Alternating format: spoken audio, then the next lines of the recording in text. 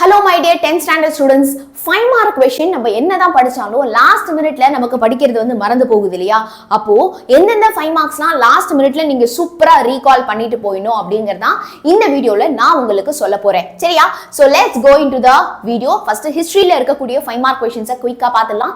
Chapter 1ல பாத்தீங்கன்னா estimate the work done by the League of Nations வந்து நமக்கு ரெண்டு வாட்டி 5 மார்க்ல கேட்டிருக்காங்க previous year half yearlyல. அப்ப அந்த क्वेश्चனை மிஸ் பண்ணாம படிச்சிட்டு போயிடுங்க. அடுத்து highlight the provisions of the Treaty of Versailles relating to Germany, discuss the main causes of the First World War.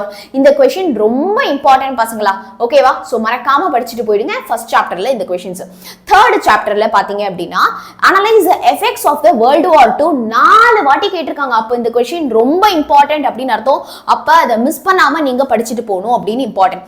Chapter 4ல பாத்தீங்கன்னா narrate the history of transformation of Council of Europe into a European Union வந்து நமக்கு ஒரு வாட்டி கேட்டிருக்காங்க. Next chapter 6ல பார்த்தோம்னா account for the outbreak of 𝑬𝒙𝑑𝒍𝒐𝒓𝒆 1806 4 times repeat ஆயிருக்கு. அப்ப அது ரொம்ப ரொம்ப ரொம்ப ரொம்ப important. Chapter 7ல வந்து discuss the causes of the 𝑬𝒙𝑑𝒍𝒐𝒓𝒆 of 1857. 8th chapterல பாருங்க examine the factors that led to the transformation of Gandhi into a mass leader. இந்த question 5 மார்க்லயும் கேக்குறாங்க, 8 மார்க்லயும் கேக்குறாங்க. சோ ரொம்ப இம்பார்ட்டன்ட், ரெண்டு வாட்டி ரிப்பீட் ஆயிருக்கு, மறக்காம படிச்சிட்டு போயிடுங்க. 9th chapterல பாத்தீங்கன்னா describe the role of Tamil Nadu in the civil disobedience movement 3 times repeat ஆயிருக்கு. சோ கண்டிப்பா இத பார்த்துட்டு போயிடுங்க. 10th chapterல பார்க்கலாமா? Describe the background for the formation of the Justice Party and point out its contribution to the cause of social justice.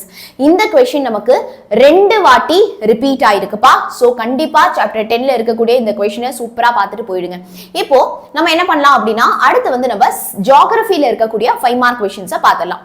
Second chapterல write about the southwest monsoon 3 times வந்திருக்கு. Describe the forest of India 2 times வந்திருக்கு.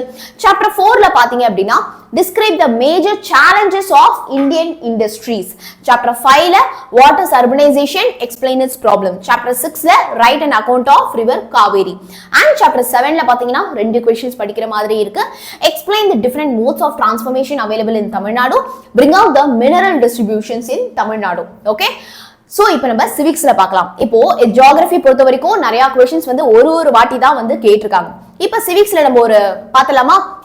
இந்த क्वेश्चनலாம் பாருங்கப்பா 3 times 2 timesலாம் வந்து repeat ஆயிருக்கு. அப்ப அதெல்லாம் கண்டிப்பா படிக்கணும்னு அர்த்தம். chapter 1லயே give an account on the major peninsular rivers of India. அப்புறமா explain the salient features of the constitution of India. பாத்துக்கோங்க. chapter 2ல describe the executive and judicial powers of the president of India. What are the duties and functions of prime minister of India? இந்த ரெண்டு क्वेश्चनமே ரொம்ப ரிப்பீட்டடா வந்து கேட்டிருக்காங்க. chapter 3ல பாத்தீங்கன்னா what is multipurpose projects and write about any two multipurpose projects of India 3 times repeat ஆயிருக்கு பசங்களா. அப்புறமா list out the members of member countries of SAARC. SAARC உடைய neighboring member countries வந்து நமக்கு 2 times repeat ஆயிருக்கு.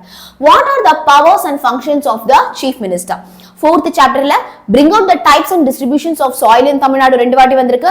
Discuss the core determinants of India's foreign policy. Write a detailed note on non-alignment. இந்த question வந்து நமக்கு 4th chapterல இருந்து கேட்டிருக்காங்க. 5th chapterல பாத்தீங்கன்னா trace the reason for the formation of BRICS and write the objectives ரெண்டு வாட்டி வந்திருக்கு. அதுக்கு அப்புறமா highlight India and international organization with special reference to any 3 India's global groupings. Okay, இது ஒரே question தான்ப்பா, 3 கிடையாது. ஓகே, இப்போ 5 questions நம்ம பார்த்துட்டோம். எக்கனாமிக்ஸ்ல இருக்கக்கூடிய ரொம்ப ரிப்பீட்டடா கேட்ட questions குயிக்கா பாருங்க. 3 வாட்டி கேட்டிருக்காங்கப்பா இந்த question-ஐ. What are the methods of calculating gross domestic products and explain its அதோட continuation இருக்கு போல, explain. Okay, write any 5 difference between the growth and development of just a minute guys. இந்த question வந்து பாதி தான் இருக்கு. சோ இது வந்து கண்டிப்பா வந்து நீங்க அதுல வந்து பாத்துருங்க, புக்கை வச்சு ரெஃபர் பண்ணி பாத்துருங்க. பட் இந்த ரெண்டு क्वेश्चनும் ரொம்ப இம்பார்ட்டன்ட். முக்கியமா இந்த gross domestic product உடைய question வந்து 3 times நமக்கு வந்திருக்கு. chapter 3ல பாருங்களேன், elucidate why the green revolution was born. What are the main objectives of the new agricultural policies? chapter 4ல black money question ரெண்டு வாட்டி வந்திருக்கு. structure of GST கேட்டிருக்காங்க. chapter 5 பொறுத்த வரைக்கும் what are the important characteristics of successful industrial classes? 2 வாட்டி நமக்கு கேட்டிருக்காங்க. இந்த எல்லா क्वेश्चंसுமே நாங்க உங்களுக்கு லைவ்ல வந்து சொல்லி தர போறோம். 10 மணிக்கு ஷார்ப்பா வந்துருங்க. Top 8 marks, 5 marks, map, timeline, இது மட்டும் இல்லாம டிஃபரன்ஸ் பிட்வீன் கிவ் ரீசன் எல்லாத்தையுமே நம்ம கவர் பண்ண போறோம்.